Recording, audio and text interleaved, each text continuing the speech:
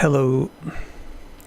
Today we are going to look at what is actually the most useful, important, essential technique for interpreting astrological houses, and therefore really for interpreting the whole chart. Really, this is the chapter of Phaladipika that got me excited about this book. This chapter is probably the single best piece of astrological writing that I've ever found anywhere. So we're just starting this chapter. We're going to look at the first and the second texts today, and really most of the gold is in the first and the second text, and the rest is the follow-up. So it's exciting. And I should also mention that when I first studied this chapter, I immediately thought I have to make these calculations for real. And so I set up the code to be able to process these things, and it evolved into a report that I offer people on my website. Here it is. Let me show you. Can't remember what app is what. Oh, here.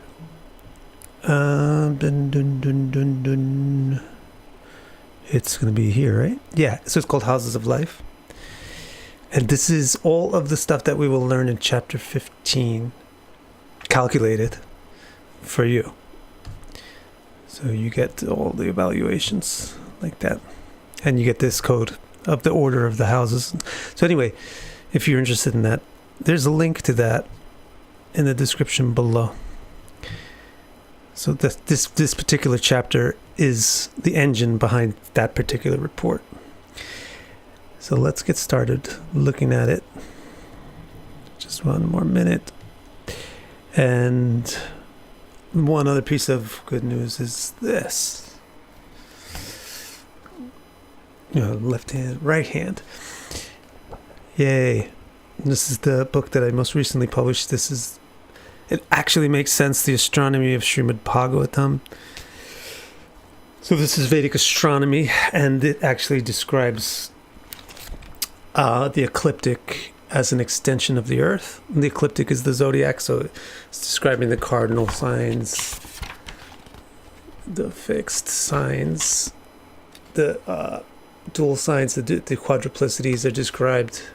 Why they're there, the astronomy behind them, the triplicities are described, and then other astronomical information like, destroying the flat Earth theory, the core, mantle, and crust of the Earth is described in this ancient text with the appropriate dimensions, with the accurate dimensions, size of the Earth, distance to the Sun, size of the Sun with the accurate dimensions, daily solar and yearly solar movements as apparent artifacts of actual earthly movements, all described in that ancient text, Bhagavatam. So here's my translation of it. So there's also a link to that in the description below.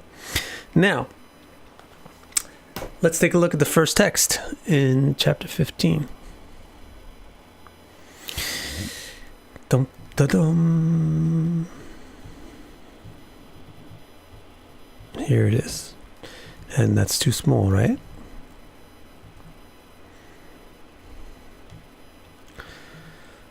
Let's remedy that.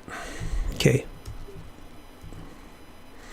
So the first text is the essential rule. Bhava sarve shubhapatiyuta vikshitava shubheshai. Tad bhava sakala phalada papadrigyogahina. Papa sarve bhavanapatayasche dihahus tathaiva. Ketai sarvai shubhapalamidam nichamudharihina. What does it mean? It means this. We'll just go line by line and then I'll put them all together. Bhava sarve shubhapatiyuta vikshitava shubhesha means every house. Bhava sarve, all the houses. If aspected or conjoined by its lord or benefics or benefic lords. Bhava sarve shubhapati yuta. If the house is conjoined by Shubhas, benefics, or Pati, the Lord, the Master, the owner. Vikshtava, or aspected. So it talks about aspects and conjunctions to houses. If you are just walking into my astrology for the first time, you might have no idea how you would detect an aspect or a conjunction to a house. It's extremely simple. Just like everybody knows how you would determine an aspect or a conjunction to a planet, right? Because the planet occupies a particular degree. Actually, maybe some people coming from popular Indian astrology might not know. But the planet occupies a degree, therefore you can calculate conjunctions and aspects to that degree, right? But what about a house? What's the degree of a house? I thought it was a span of degrees. In this ancient system of astrology, the degree for the house is the degree of the ascendant in that particular sign. So if the ascendant is 10 degrees of Taurus, then the 12th house, the 12th sign from it, is Aries. So the degree to conjoin or aspect the 12th house would be 10 degrees Aries. The second house would be Gemini, 10 degrees Gemini. So that's how you determine aspects and conjunctions to a house. If a house, any house, 12th house, 8th house, 6th house, 3rd house, any house, is aspected or conjoined by its own lord or by benefics, then tad bhava sakala palahda papadrigyonhina. It will give all results if free from the aspect of or conjunction of malefics. I'm going to put this in a more readable English format in a second. I just want to show you how you derive it from the Sanskrit first, because that's important for the future of Indian astrology, that people get used to how to read Sanskrit. Tad bhava, whatever house. Tad means whatever, or each and every. Tad bhava sakala phalada will give all of its good fruits. Papadrik yoga hina, as long as it is without the drisht or yoke of pap, as long as it's without the union or the aspect of malefics. Now, what about, now he mentions a specific thing about malefics. Papa sarve bhavana patayash ched ihahustataiva. Malefics are benefic for whatever houses they own. So, for example, if your rising sign is Capricorn, then it's owned by Saturn. Saturn is a malefic. So if your Capricorn is influenced by Saturn, you might think it's bad because he just said you don't want it to be influenced by malefics, but you're wrong. Because the most important thing is that it's the Lord of that house. So what he's saying here is the lordship overrides the natural maleficness of any planet. Do you understand? If you don't understand, you can ask for a clarification.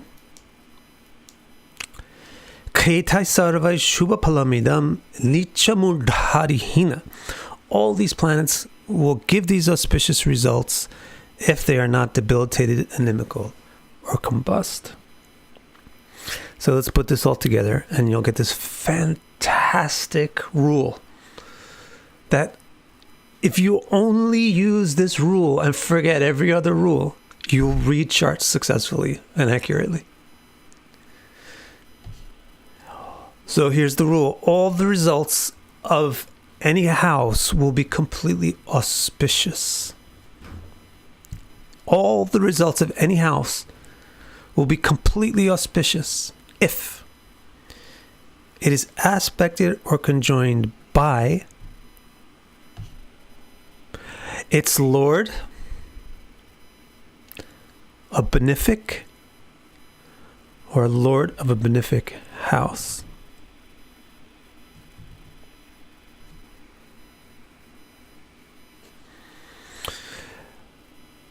Which, and then, so, I'm sorry, because I just read a comment. Thank you, Brandon. All the results of any house will be completely auspicious if it is aspected or conjoined by its lord, a benefic, or lord of a benefic house, asterisk, which is not debilitated, inimical, or combusts. So, as always, what he's setting up here, and which will be clear in a moment, is a spectrum of results. Whenever applying any astrological rule, you don't flip a switch on and off or use a binary. you evaluate a spectrum between two binary points. So you have a binary pole of terrible and fantastic results from a house. And the more that you meet certain conditions, the more it moves towards fantastic, and the more that you meet other conditions, or the opposite conditions, the more it moves towards terrible on the spectrum. So this spectrum of dignity and also of combustion or darkness of a planet. The closer the planet is from the sun to the sun, the closer the planet is to the sun, the darker it is, the more difficult it is to see it. And the further it is from the sun in its own orbit, the brighter it is, the easier it is to see it. So that's one consideration. How bright or dim the planet is adds to the spectrum of how much it contributes to the goodness or badness of the house, and how dignified it is. Its typical dignity. Is it debilitated? Is it exalted, etc.? That spectrum of dignity also contributes to how much it contributes to this rule. I'm telling you, if you think that this is confusing, just work with it. Think it out. Work on this. Put the effort into learn this one rule, because just this one rule will give you accurate interpretations of charts, as long as you use an accurate system. Which is, for this technique, this is meant to be whole sign, tropical signs. Yes, tropical signs. Okay?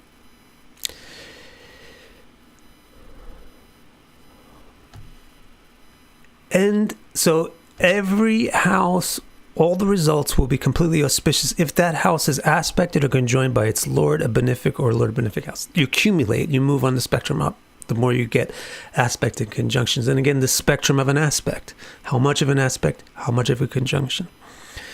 That's why that's why I make a report, right? And sell a report, and people want to buy the report, because it's a little complicated to work out all the spectrums and the maths and what should contribute what.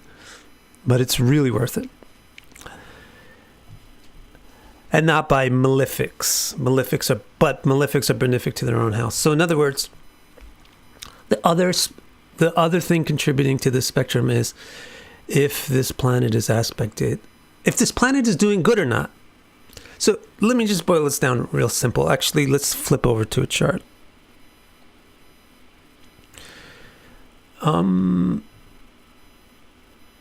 And while I'm flipping over, I'll just address Stephanie. The midheaven in nadir is not considered in Vedic astrology. It's a step towards the dynamic house system, is to consider midheaven and nadir. Imam Kolai. So they don't actually consider it. But they work with the cusp of the 10th house and the 4th, as you said, as though they were those things.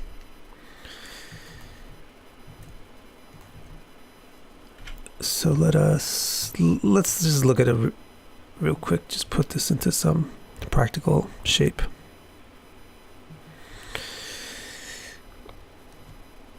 Here's a chart. It's my chart. Is it big enough to be seen? It is. So pick a house. You guys pick a house. Somebody tell me a house number. Pick a number, any number from 1 to 12.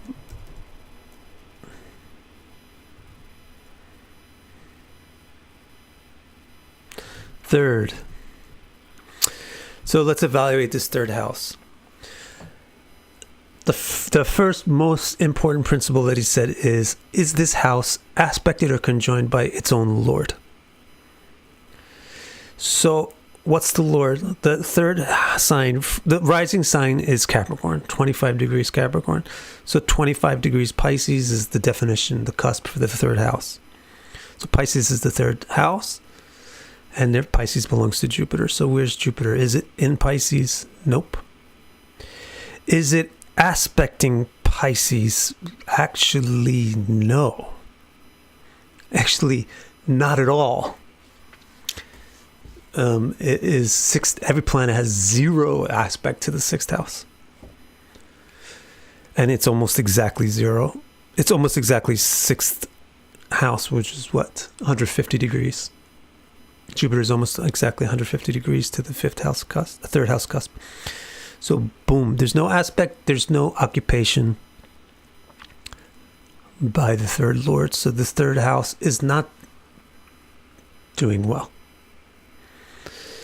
How about of benefics?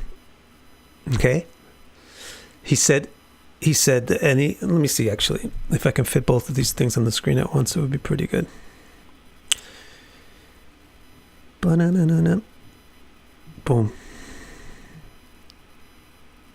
At least you can kind of sort of see, right? Boom, boom. Oh, that's me.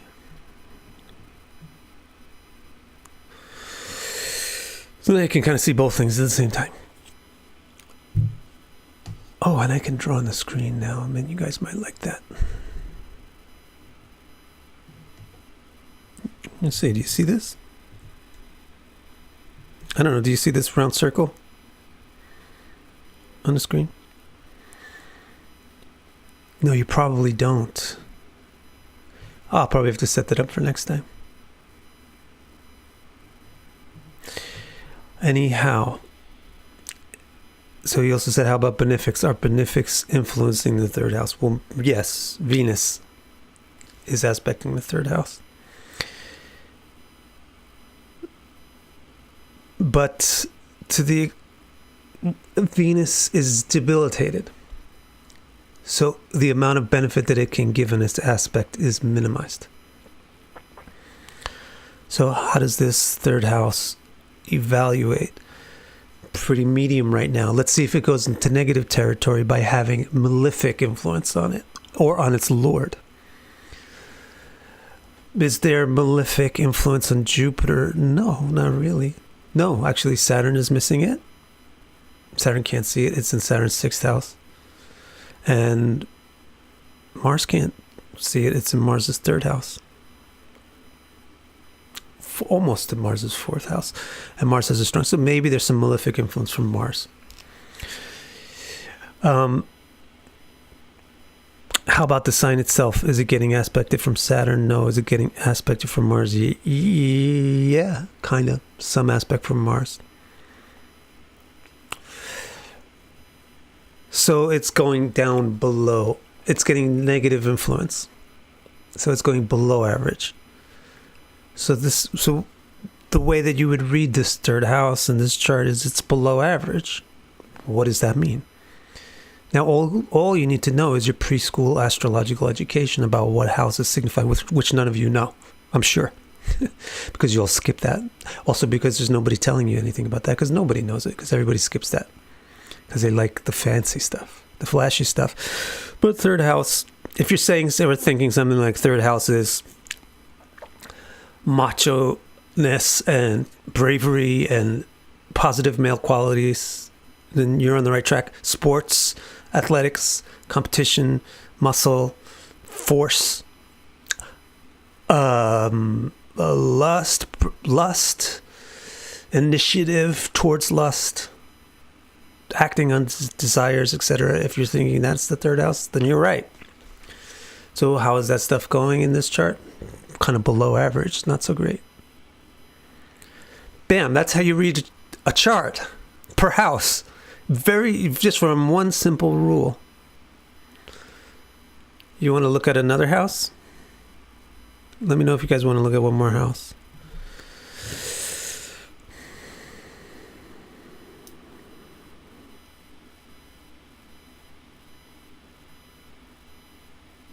Yeah, Brandon said, but Venus is aspecting the 3rd cusp, but as I said, it's debilitated, so it's not.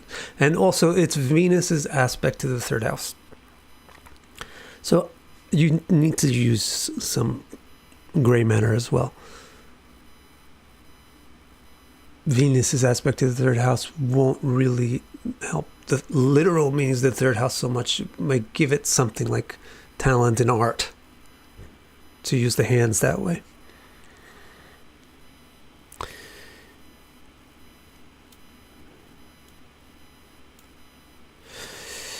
So Oracle Deborah was the first to ask, so she asked for the 7th. If you do the 8th house, you'll see it go kind of wacky. Good.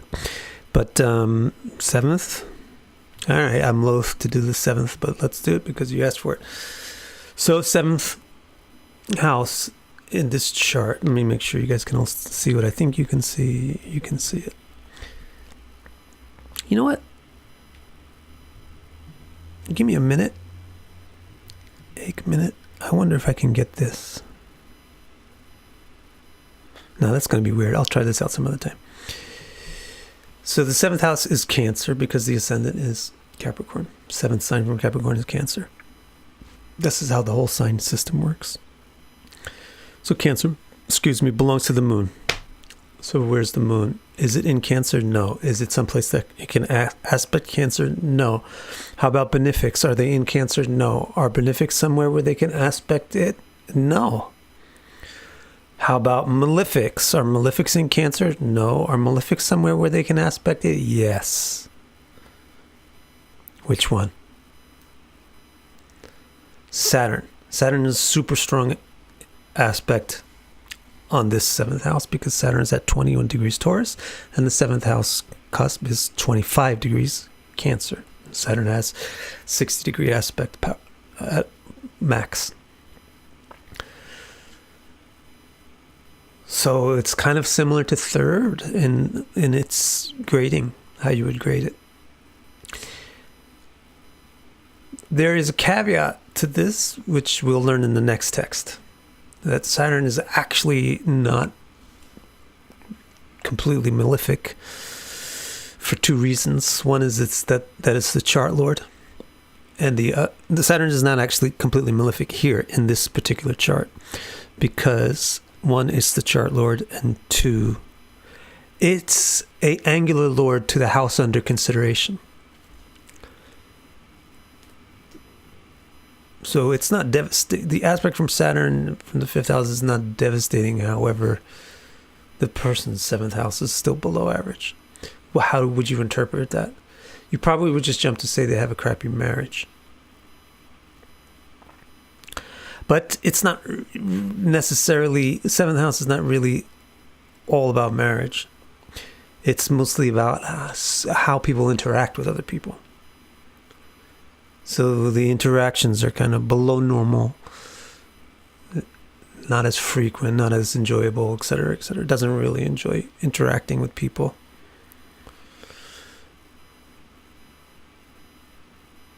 For marriage, you need to consider other things like Venus, 2nd house, 4th house, and put them all together. Jupiter even, put them all together. Okay. So we'll move on and look at more of these videos. Thank you for teaching me about nakshatras. Thank you, Lauren.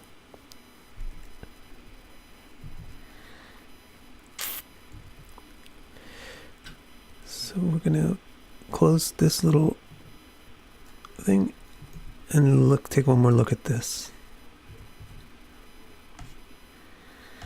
Next text. The next text is also very, very important. It's very, very important to use this text along with the first rule, because it kind of forms a complete rule together. The second text is tad bhavat trikone susuka madhanabe chaspade saumya yukte papanam drishtihine bhavanapasahite papa khetaya ayukte bhavanam pushtimahu sakalashpakari manyatha chit pranasham mishram mishraya grahindraya sakalamapi tata murti bhavadikanam. Okay, what does that mean? Line by line.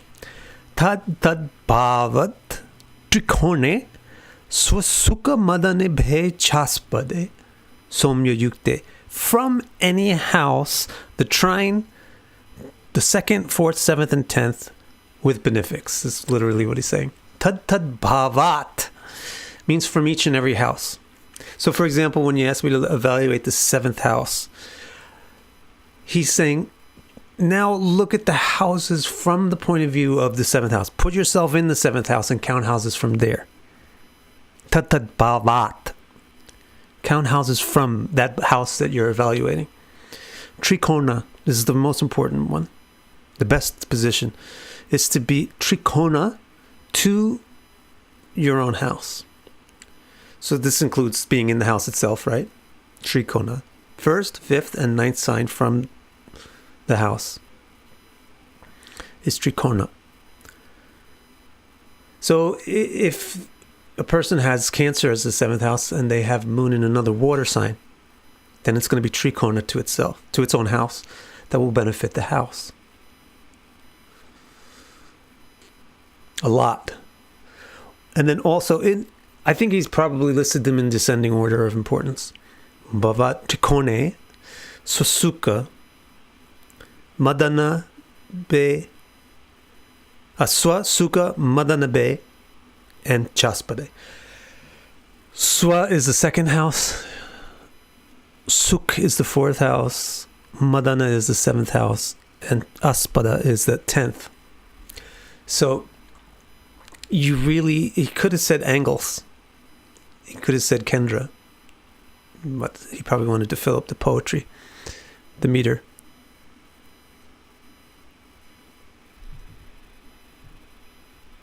Thank you.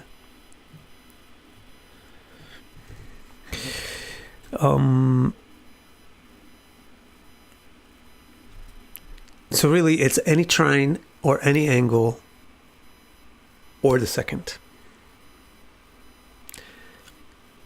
If those positions have benefics in them, he's saying here, somya yukte. If those positions have benefics in them, it's very good for the house. So let's flip back to this chart and see what he's talking about. So let's go ahead with, I'm tired of the seventh house. I'm not too thrilled about the seventh house. Let's just look at eighth. Let's stay with seventh. We have to bite the bullet. So are there benefics in the trines or angles or the second house from the seventh? How do you figure houses from another house? You just count sequentially in the signs. So, in other words, from Cancer, Leo is the second, Virgo is the third, Libra is the fourth. So the fourth is angular, and this chart has Jupiter in the fourth. So, religion, morality, philosophy, Jupiter things will protect or benefit this seventh house. The person will be good interacting on those topics, or in that manner, as a teacher, as a guide, or when discussing morality or discussing law or discussing religion or philosophy, or with a person who is religious, moral, blah, blah, blah, with people who are.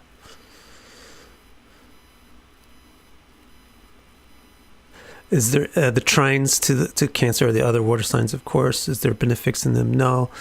The other parts don't. So that's what he's saying. He's saying that a benefic in one of these positions relative to the house will benefit up that house. Shore it up.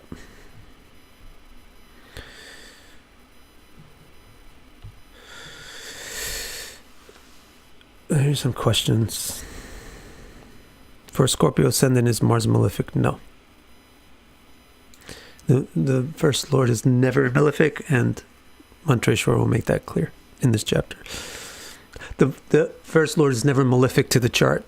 So, but let me show you what you have to do in relation to your question, Chinmay. Let me turn that screen back on.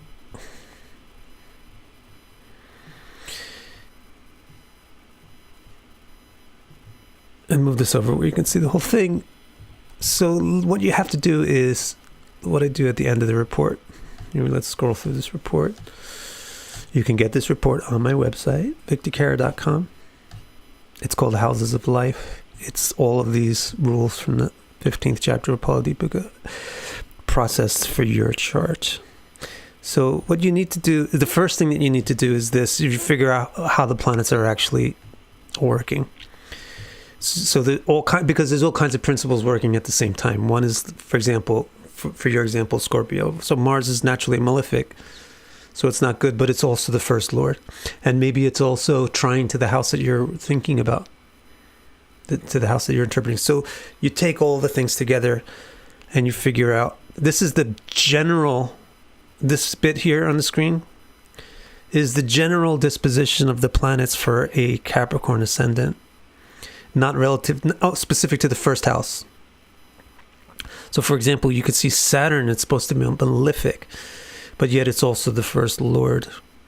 So you're combining those two aspects of it. So it's not going to be a +3 of beneficness. It's going to be a +1.5. That's the kind of work that you do when you're an astrologer making a report. You figure out how to work out all these conundrums.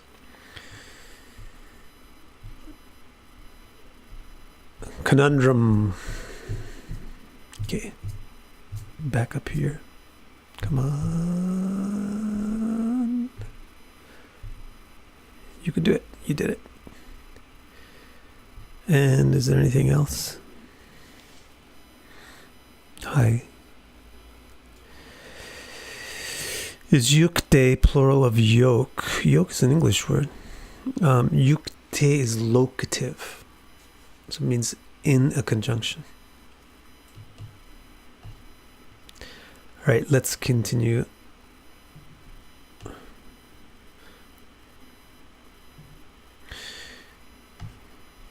From any house, the trine, 2nd, 4th, 7th, 10th having benefics. Papanam drishtihine.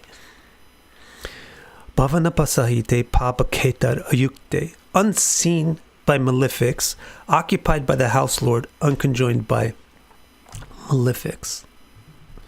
So from any house, the trine, 2nd, 4th, 7th, and 10th with benefics that are unseen by malefics, or if it's occupied by the house lord, or if it's unconjoined by malefics.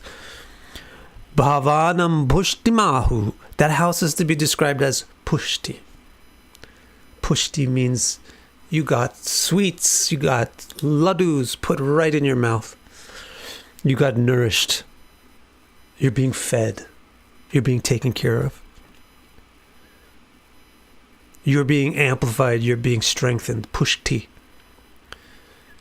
So the house is described as pushti or nourished if it has these conditions. And then if it's a nourished house, sakala shubhakari, then it does everything for your happiness. It makes everything auspiciousness. The nourished houses cause everything to be happy. Shubhakari, or everything to be auspicious. Sakala shubhakari. Ma anyata chet pranasham. But if it's the other way around, then it's the other way around. The other way around means starved instead of nourished. And pranash means leading to decay or leading to destruction. Decaying towards destruction. In the reverse, it decays towards destruction. Mishram, mishrar, grahendra sakalamapitata murti bhavadikanam. A mixture, if a mixture, of all types of planets are in these positions relative to the house. So here's a complete English for this text.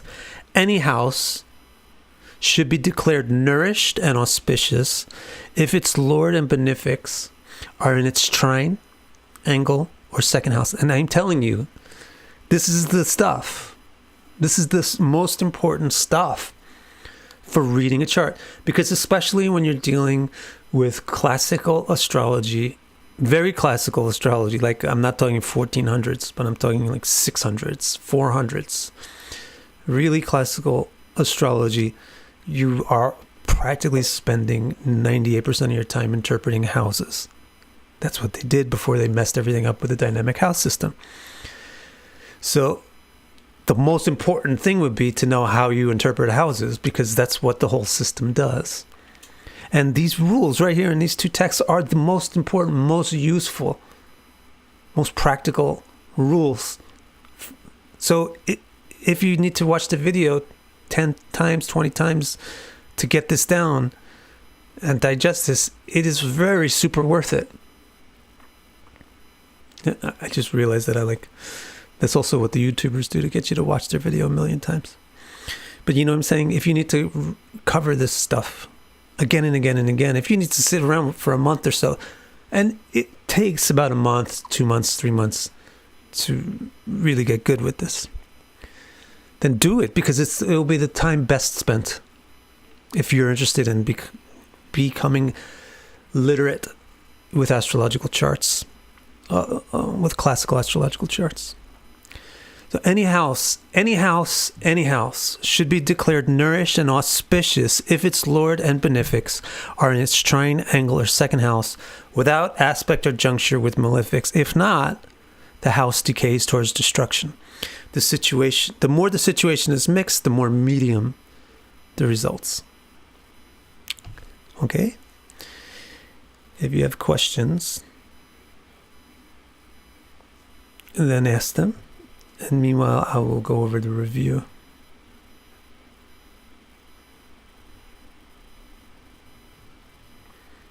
I want to review all these key points to make sure that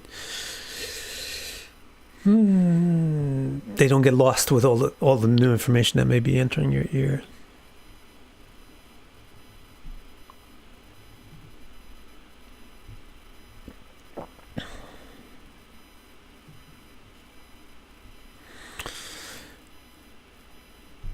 Ronaldo asks, if the first lord is never bad, then transits of Saturn for Capricorn Aquarius never bring trouble.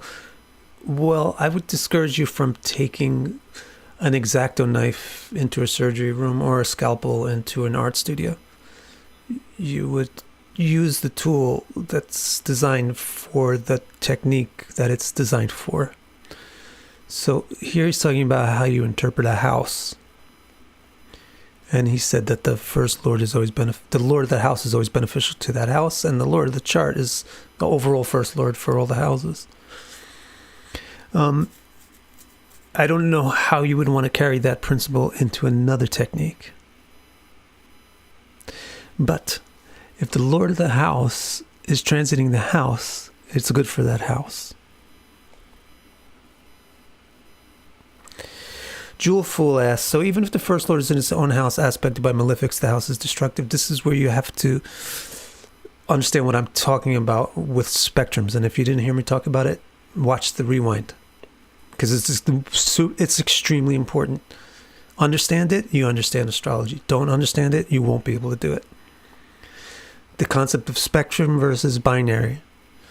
You are not dealing with destructive or benefic, destructive or what do they call Shubhakari, great or terrible.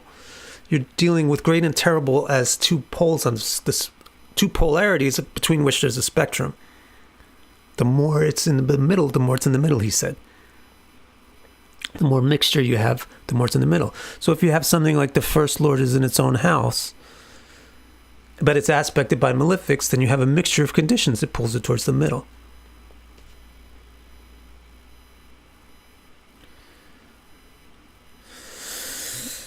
So I want to read you the summary. Ashok wants to know if I publish this book. No. But I probably will at some point. Actually, this particular chapter is so significant that I might just publish this one as its own little book. Because one drawback of publishing huge encyclopedic books is that very few people can pay attention for that long. Okay, let's look at the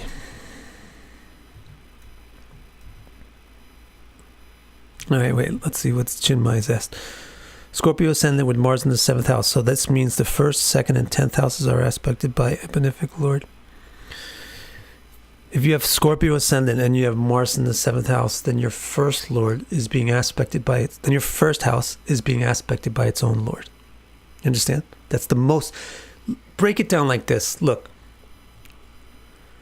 Yeah, it's also really important that you realize that not every rule has the same weight. And this is why Mantreshwar lists things in a certain order. And so you don't make a minor rule override a major rule. You should always watch out that you don't make that mistake.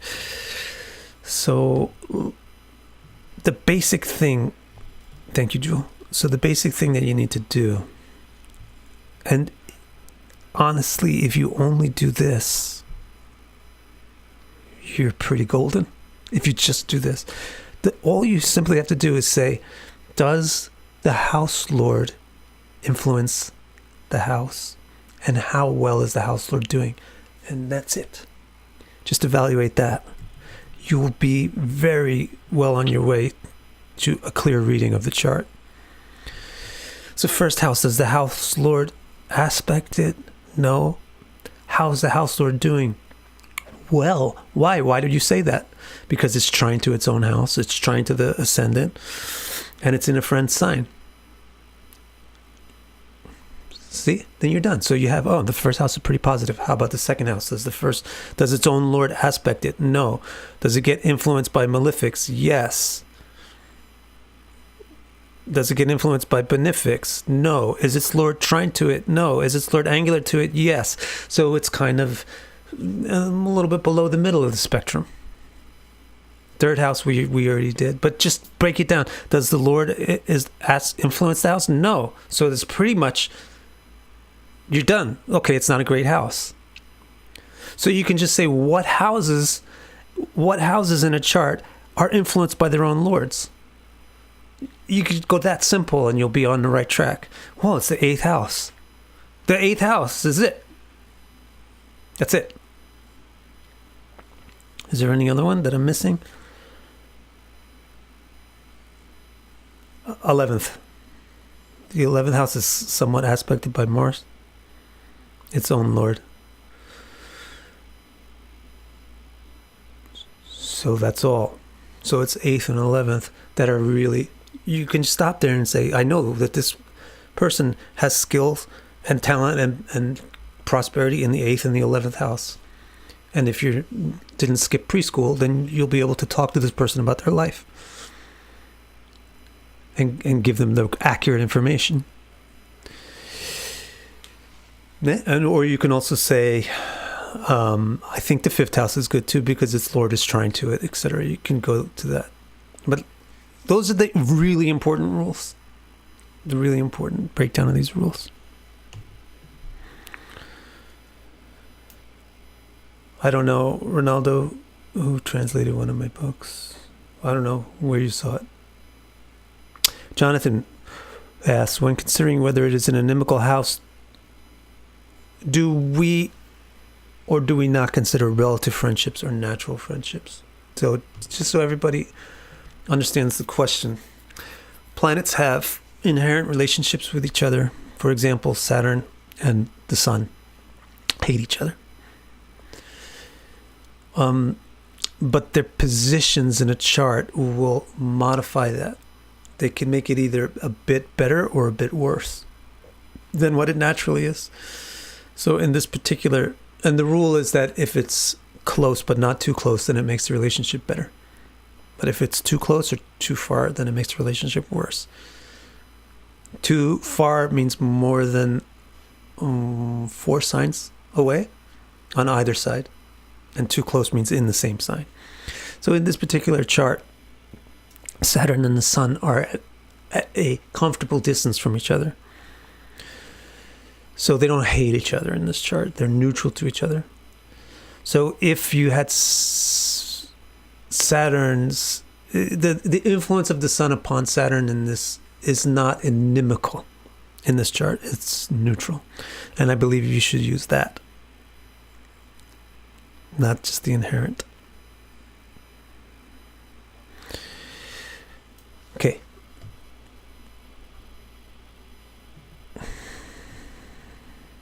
So here's the summary of the important stuff. The summary of the rules, the basic rule. This first point here, this alone, if you only understand this, then 70 or 80% of the insanity or whatever, make a word out of idiotness that's involved in the way people talk about astrology these days will go away if you just understand this first bullet point. Every house can give good results. That's the most important thing to take away from this technique. Any house can give bad results.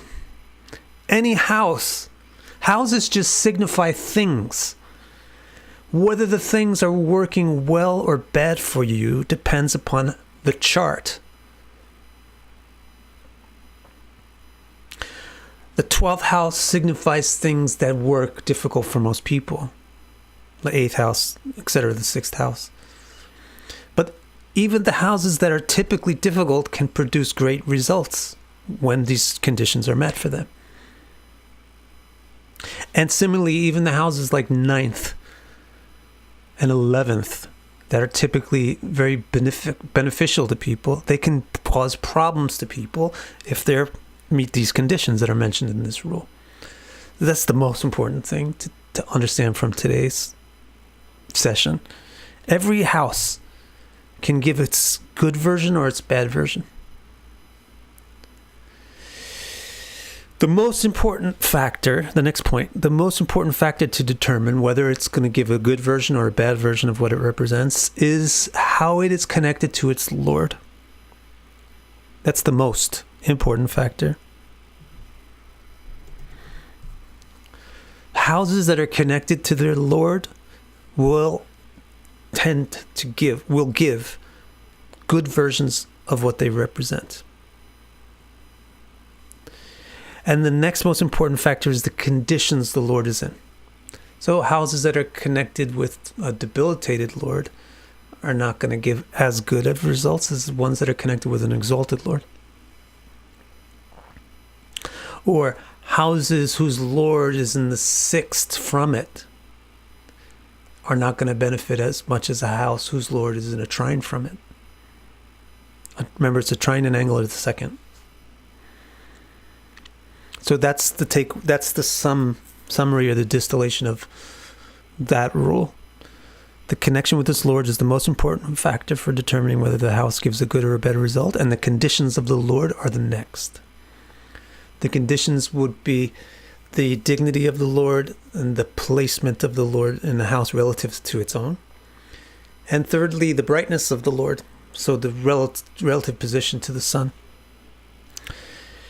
After the connection with the Lord, then the connection with the benefic is the next most influential factor. The most influential factor is how the house is connected with the Lord and how its Lord is doing. The next most influential factor is how benefics affect that house. He doesn't say it, but also in its Lord. So the more strongly benefics influence that house, the better the house gives a better version of itself. And vice versa, the more strongly malefics influence the house, the more strongly you get a negative version of the house as your interpretation. Again, the conditions of the benefic or the malefic are important as well to provide an additional spectrum. A benefic which is exalted indicates a lot more benefit to the house than a benefic which is debilitated. A benefic which is in a trine to that house is a lot better than a benefic that's not in a trine or an angle to the house. A malefic which is exalted is a lot better than a malefic which is debilitated.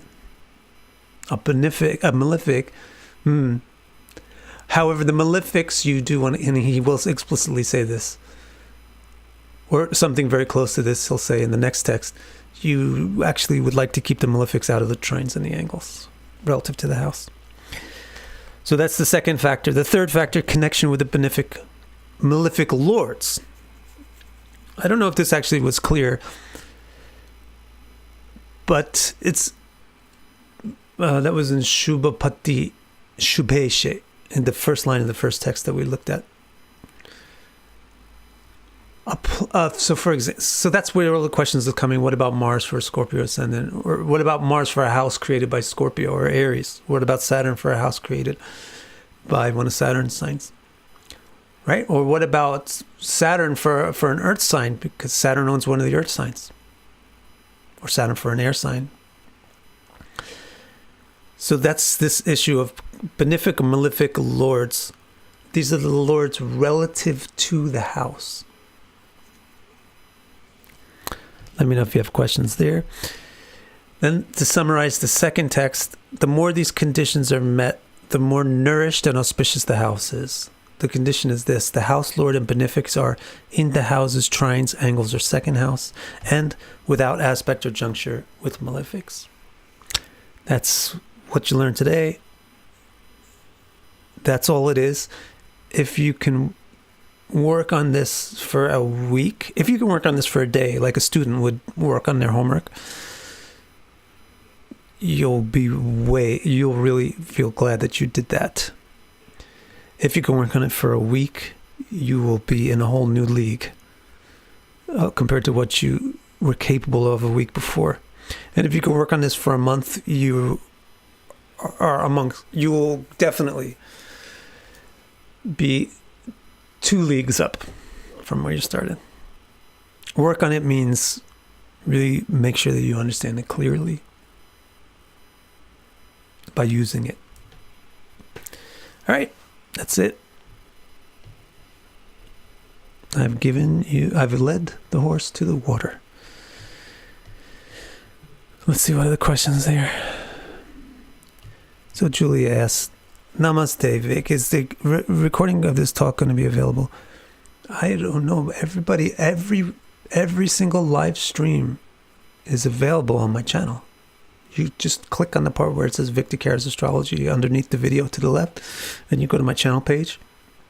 And then on the history or the videos list or whatever, lives somewhere on that page, is every single thing has always been.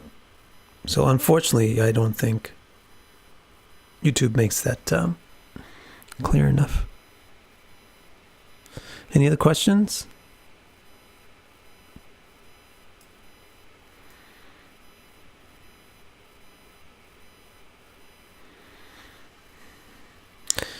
Stephanie, second house is inconjunct, hidden, invisible. I don't know what that means. Oh, second house is inconjunct, hidden, invisible. How is this seen as strengthening the house? So what she's asking is, if you have the house lord in a trine or the angle, it benefits the house. Why did he also include the second? Why did he also include the second? Because the second always benefits the first. It's not because you can see it or something, but because the second is support for the first. Go and watch any of my videos where planet and house video, and you'll see the diagram of the houses, and you'll see the second is below the first, and it holds it up and supports it. And that's what it symbolizes, the things that support us and give us ground to grow from. So second house is nourishing towards the first, towards its first.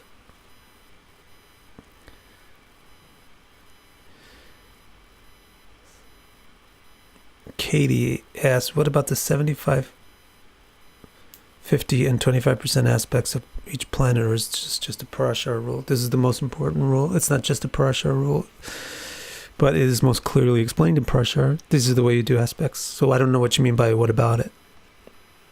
For example, when I looked at what are you seeing on screen right now? One sec. For example, when I looked at this third house and I said it's aspected by a malefic, do you think it's because it's the 8th house from Mars? No. The third sign is going to be aspected at 25 degrees of Pisces, because 25 degrees Capricorn is the rising sign. Mars doesn't reach 25 degrees Pisces with its full aspect, does it? But between the full aspect that it has to the 8th house and the 9th house, which is a 50% aspect for it, it's going to decrease between that proportionately. So it's going to get something like a 75% aspect on the third house. That's why I said what I said about Mars's aspect on the third.